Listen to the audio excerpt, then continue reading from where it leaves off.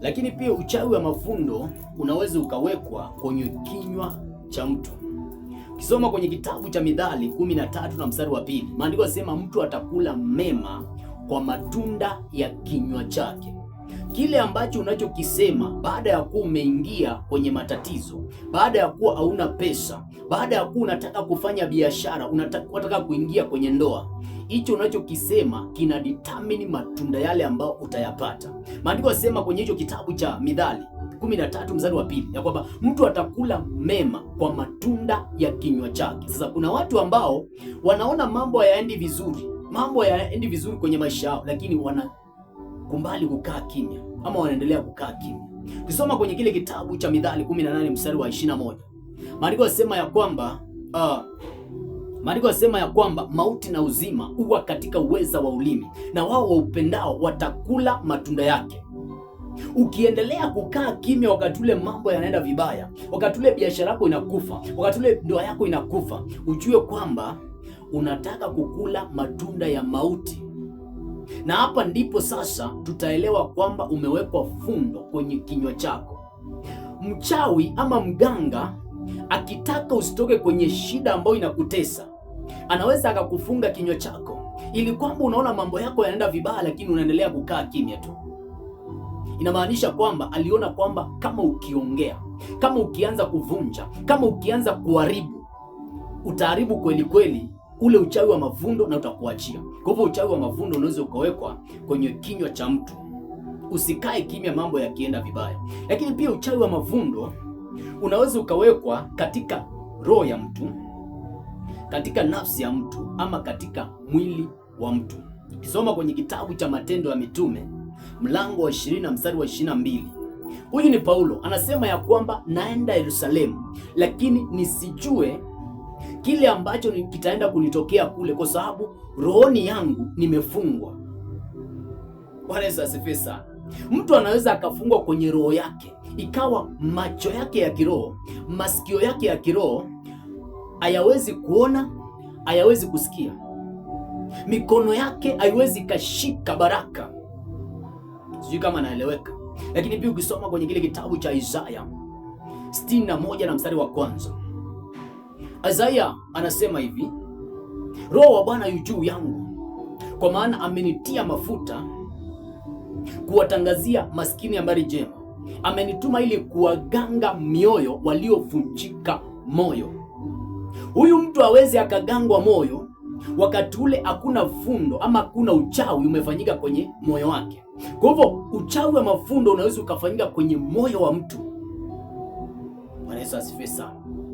Sasa uchawi wa mafundo pia unaweza ukawekwa kwenye familia, kwenye mfumo wa familia, ama kwenye damu ya familia, ama kwa ukoo fulani.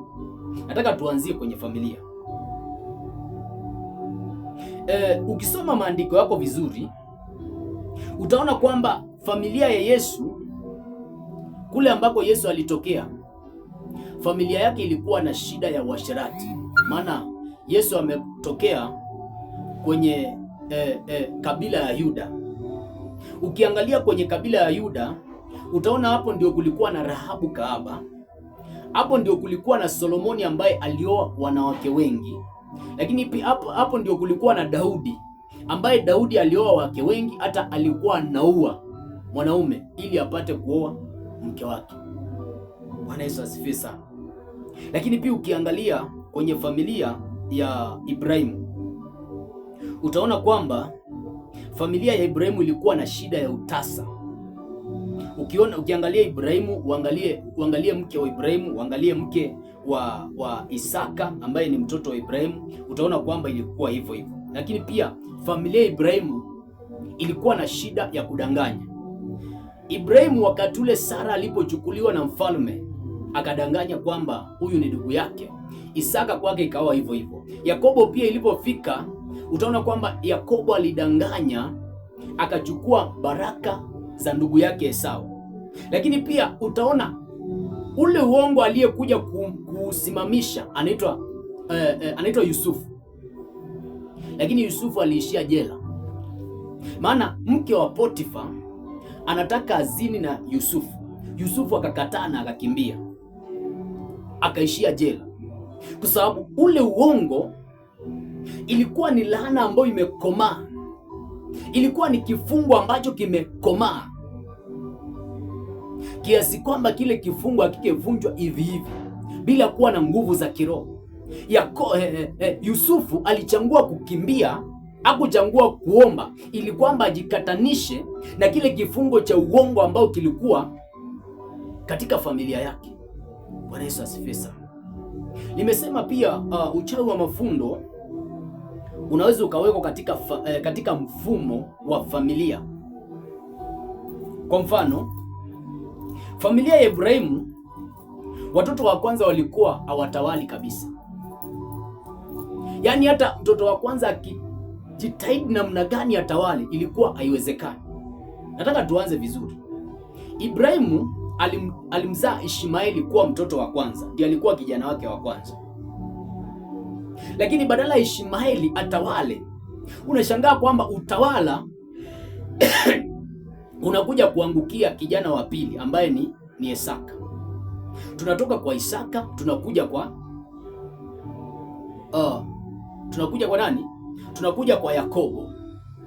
Yakobo ukiangalia utaona kwamba Yakobo alipokuwa anawabariki watoto wake kwenye kile kitabu cha Mwanzo mlango wa 49, Reuben ndiye alikuwa mtoto wake wa kwanza. Lakini badala ya Reuben akuwe mtawala, maandiko yanasema ya kwamba huyu kijana alikuwa, ukimwangalia hivi, Reuben anakaa tu mtawala kabisa. Lakini Yakobo badala amkabidhi Reuben utawala, anamwambia hivi,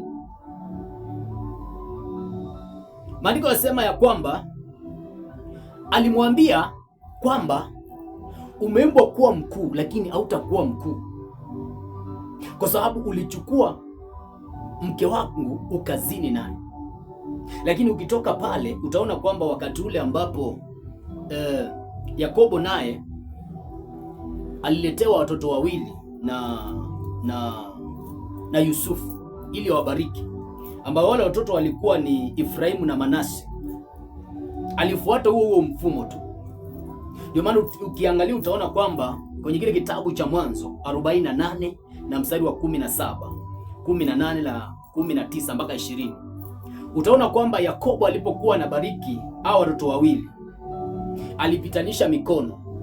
Badala ya mbariki yule wa kwanza baraka za kwanza, akapitanisha baraka zikaenda kwa yule mtoto wa pili. Bwana Yesu asifiwe sana.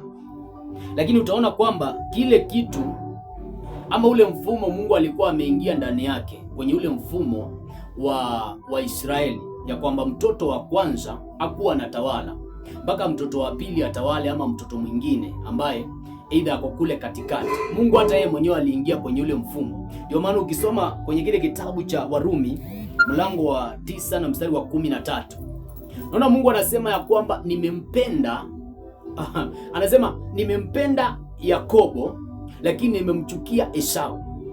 Kumbuka Mungu akiongea maneno yale, ama ukisoma kwenye kile kitabu vizuri, maandiko yasema ya kwamba walipokuwa hawajafanya kosa lolote, walipokuwa mbinguni, walipokuwa spirit, ndio Mungu aliamua jambo lile, akasema ya kwamba hapana, pamoja na kuwa Esau ndiye anafaa kupokea baraka,